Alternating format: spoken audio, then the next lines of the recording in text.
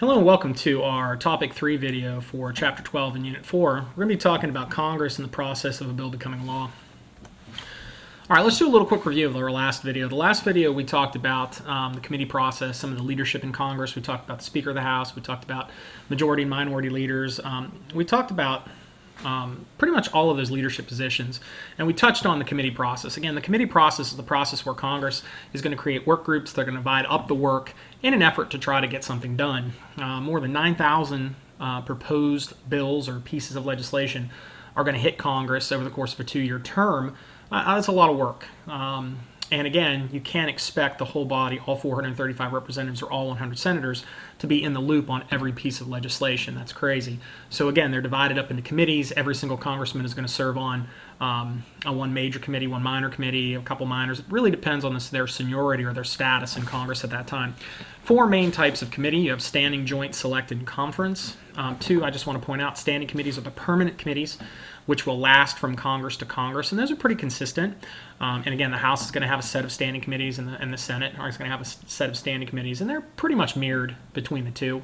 A little bit different names sometimes, but generally they're going to deal with the same issues. And conference committees are going to basically come together when each House of Congress has passed a piece of legislation. But those 2 pieces of legislation, even though they deal with the same subject matter, are different. Conference committee are members of the House and Senate coming together to try to iron out or draft one version of that particular bill, because again, when Congress is looking to get a bill passed and signed off by the President, can be only one version.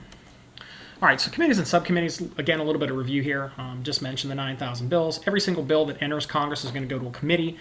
They can fast-track pieces of legislation, but again, the regular run-of-the-mill way a bill is going to become law is it's going to start off being introduced in Congress, and it's going to be sent to a committee. It could be sent to a subcommittee of that larger committee. But again, the main idea here is the fact that that committee and that committee chair is going to have full control and power over that bill. All right, so being the majority in the House of Congress, whether it's the Senate or House, and having your people as the chairs of those committees is very influential. All right, committee assignments are really going to be important in getting members reelected. Again, if you are a congressman from the Midwest, you're probably going to be on an agriculture committee. That would be something that would be a very good fit for your constituency, and your congressmen are always looking for that perfect fit, that perfect committee where they can use it to their best interests with their constituents. All right, a lot of times if you're doing a great job for your party, they're going to take care of you.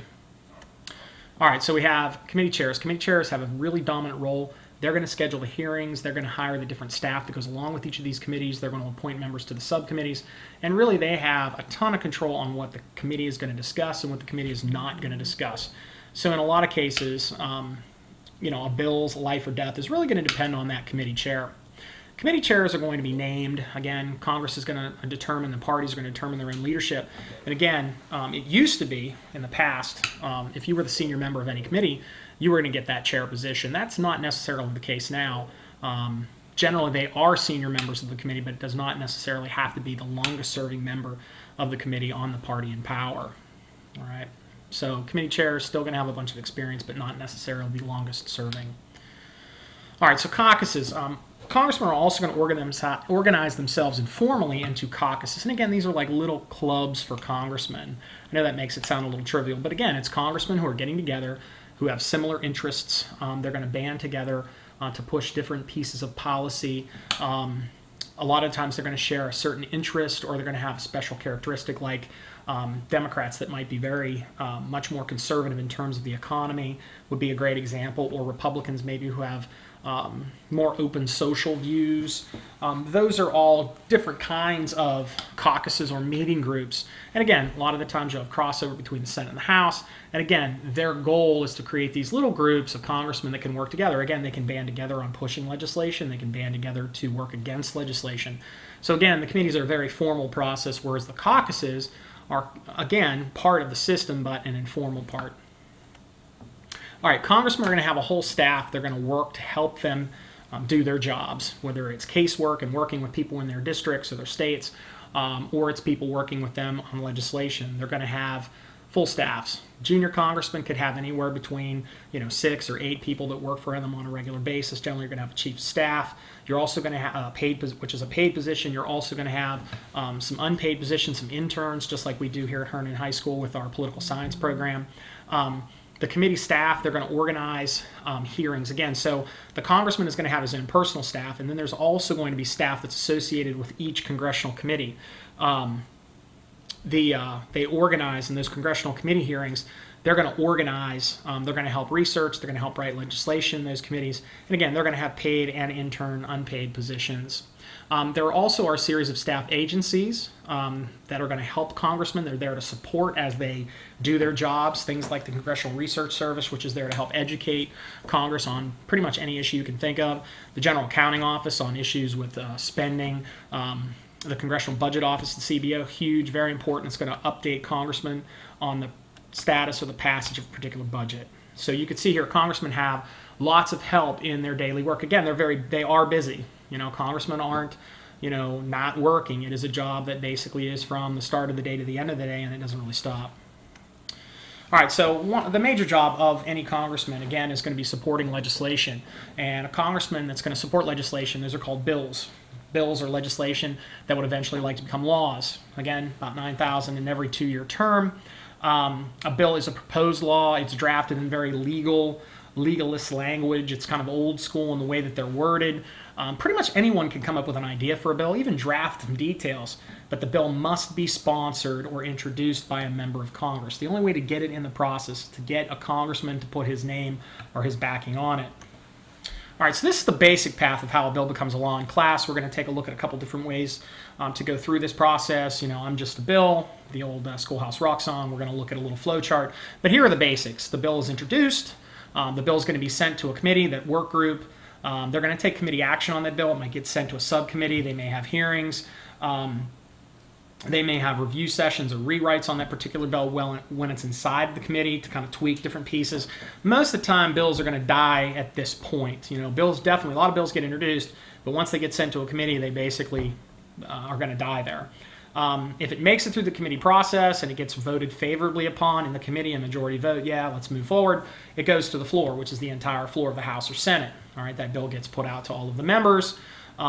Basically, like, for example, the House of Representatives could schedule some debates, some discussions, amendments, things they want to see added or taken away from a particular bill, and they discuss it as an entire House. This is the point where a piece of legislation is going to get put out to all 435 members for their review and discussion as a whole group and not just that smaller committee. If it makes it through floor action and gets voted favorably upon by the entire House or Senate, it's passed, and then it's going to move over to whatever chamber it hasn't been through yet. So anything passed in the House is going to head to the Senate. Anything passed in the Senate is going to move to the House. And if it makes it through the other side, those two bills, generally they are going to have some differences, have to be reconciled by a conference committee or that conference action. If that conference action is successful and that one bill is created, it's sent back to the Houses to be voted upon. If it's voted upon favorably, it can then be sent to the President, where the President can sign it into law. He can veto it. He can decide not to sign it. We'll talk about those when we get to the President. All right, here again is an example right from your textbook of the process of how a bill becomes a law. And again, there are some other things that can happen in the process. This is the basic idea or the general flow of a regular piece of legislation that's going to be passed. Please make sure you take a peek at this. Also, we have the impact of parties. Again, you guys know that political parties have huge influence in Congress. They make the rules. Party leaders can't force party members to vote any particular way. And a lot of times, congressmen are voted along party lines. We know this for sure now because of de-alignment with voters and the partisanship or polarization of Congress. Again, the House is going to have much stronger party influence than the Senate. And again, we just touch on what I just said there with polarized politics. Those differences between Republicans and Democrats, that divergence, have really grown since 1980. And we have a lot of partisanship and a real lack of compromise and what they call crossing the aisle. And again, this has been aided by that idea of divided government. Again, that ties back into that idea of de-alignment, president of one party, one branch of, or one body of Congress, one political party, the other branch of Congress, the other. Kind of like the situation we have now between the House and Senate. All right, little graph there of polarization. You can notice going back to the 80s, you have a continuing or growth of the differences between Democrats and Republicans. And again, constituency opinion, congressmen are going to be trapped Again, on controversial issues, members are really going to vote a lot of the time based on the opinions or major opinions of their constituency. But again, most of the time, the biggest issue or the biggest push for any congressman is going to be voting in terms of their party membership and their ideology. All right, lobbyists and interest groups, they have a huge impact on Capitol Hill. You can see here 35,000 registered lobbyists, 12,000 different organizations, any given day on Congress. The bigger the issue, the more lobbyists. And again, lobbyist goals, they're to influence legislators' votes. And again, Congress has the sole power to accept, to ignore, to reject, or regulate lobbyists. So again, you can see here, party forces, lobbyist forces, constituency forces, all of these things are working with and against congressmen to make decisions. Congress does try to respond to what the people want. Many people will argue that they don't do a very good job. The 535 members of Congress are responsive to the people as long as the people are very clear on what they want. Congress has proved that over time. Congressmen are motivated seekers of re-election. Please never let that leave your mind. They want to be re-elected. Okay? And then finally, partisanship and our system, the Madisonian system, can create its own certain level of gridlock. All right, that's a quick look at the process of how a bill becomes a law and how legislation is moved through Congress.